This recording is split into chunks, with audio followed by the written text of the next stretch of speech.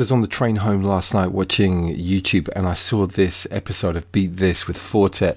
In over 10 years of teaching at Point Blank, I never saw a technique like this. So it's got me really excited. And last night I put together a video in Logic. It was a producer POV. I didn't have the ability to record any kind of voiceover at the time. So what I want to do today is explore this technique further and do so in Ableton Live. So check out that video. I'll put a link to it. It's really interesting. The main concept is that there's no triggering of sounds through a MIDI controller. There's no playing of any elements. It's all done with a mouse. It's all done sat in front of the computer, clicking and using this very particular technique. So let me flip over to Ableton and we're going to do this. Now the theme of Fourtet's video was Thriller, the album by Michael Jackson. So I've got a Michael Jackson tune here. It's my favorite Michael Jackson tune. It's called I Can't Help It. What I'm going to do is I'm going to bring this through and I'm going to do this on a drum rack. So we're going to get this up here. So drum rack onto the first track, and we're going to come back. Going to drag this Michael Jackson sample onto the first drum pad. Now, what Fourtet did to start off with was that he basically laid out some beats. So if I just double click, I'm going to get a clip here, and I'm just going to set this up triggering on the beat. And this is such a mad technique, right? So the concept is that at the moment, we've got the sample playing. It's been triggered by the MIDI notes here. And if I actually get this running now, it's obviously triggering almost like a drum beat.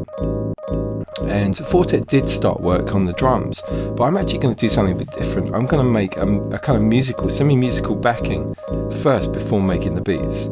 And the real key to this technique, I'll show you, is literally to take that sound and just go on a journey and find something interesting.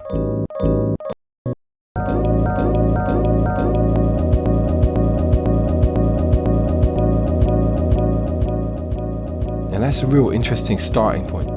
I've seen a lot of sample flipping techniques over the years, and I've used a lot myself, but I've never seen this one where you put down the notes first. This is a crucial part. Put the notes down first, then go on a journey with the sound. I actually really like what I'm hearing there. So what I'm going to do is I'm going to drag this one over, Alt plus click and drag onto the next. Let's open up and let's go and do something a bit different. Now it's obviously going to be the same because we haven't adjusted the start point yet, but let me put that there.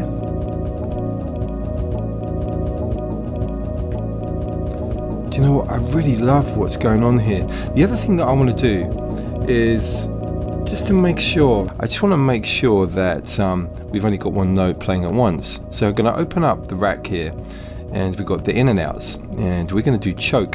So we're going to put these both on choke group 1.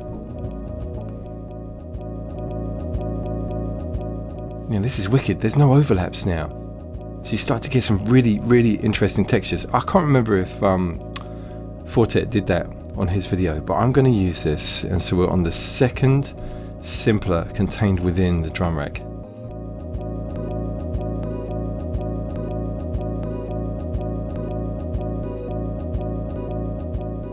And what I love about this, it's got that kind of Moody Man vibe, you know. Moody Man's got his new album out at the moment, so it's a bit of a talking point. I could get lost in these kind of loops for hours, you know. The other thing, of course, was that you saw that basically there was transposition going on. All right, so let me just try that. I'm going to take transposition down.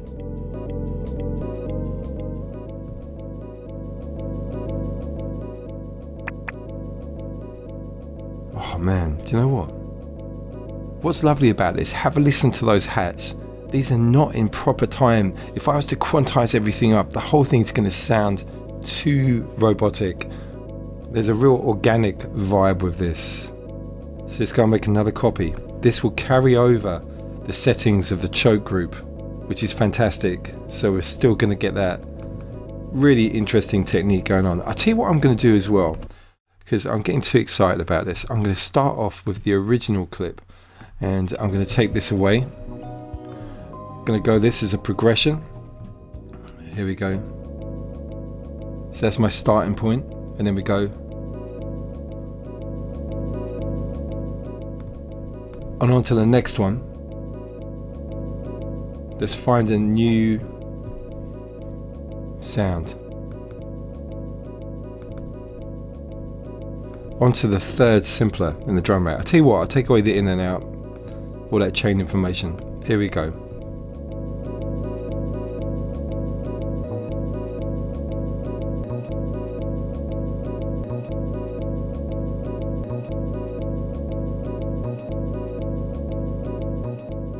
Do you know what? This is an amazing technique.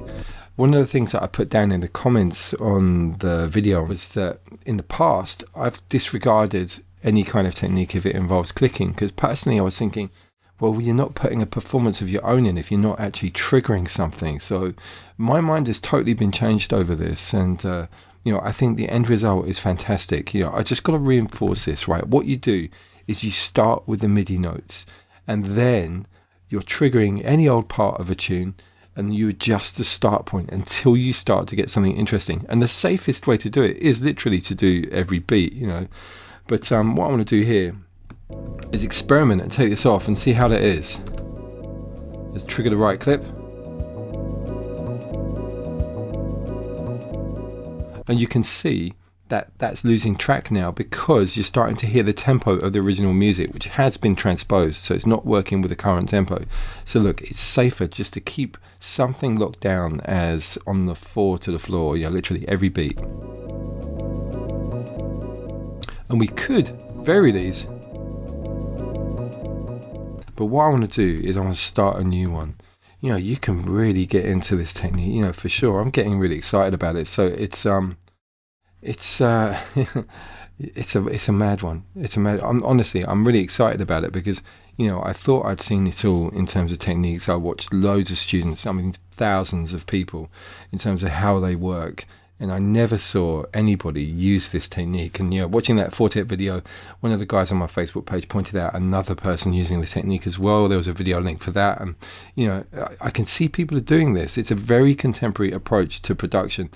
And let me just see if I can find one more to finish off here.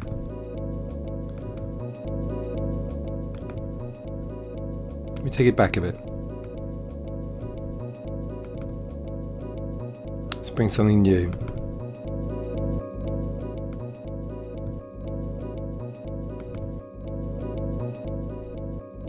Maybe take transposition down.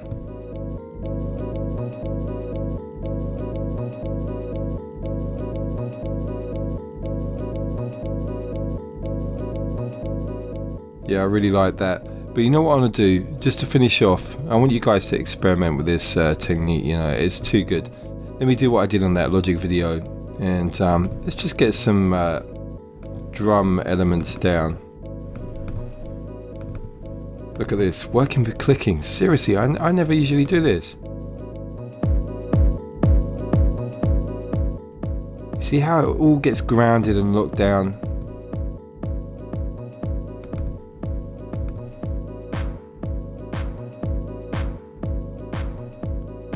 Man, you wouldn't know that was Michael Jackson at source. And then we could, of course, go to an effect like the auto filter. Let me take the phase off here, so I don't want that movement going on.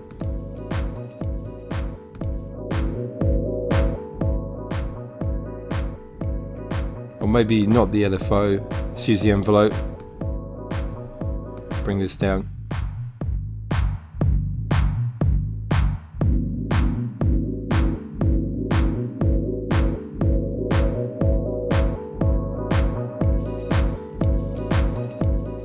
Oh yeah, that's a point actually. What about a sidechain compressor?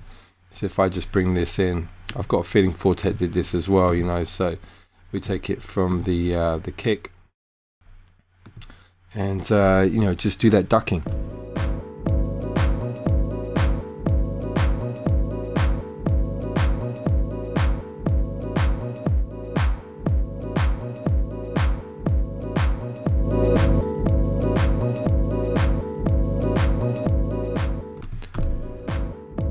But to be honest, I prefer the groove without. So look, that is the technique. Go and check it out for yourselves. Drop any tune onto the first slot, and then do a trigger, a MIDI trigger, so something like on the beat, and then do some variations like I've done here, you are going to end up with something really, really interesting if you get lucky. It's all down to the source material, that's without a doubt.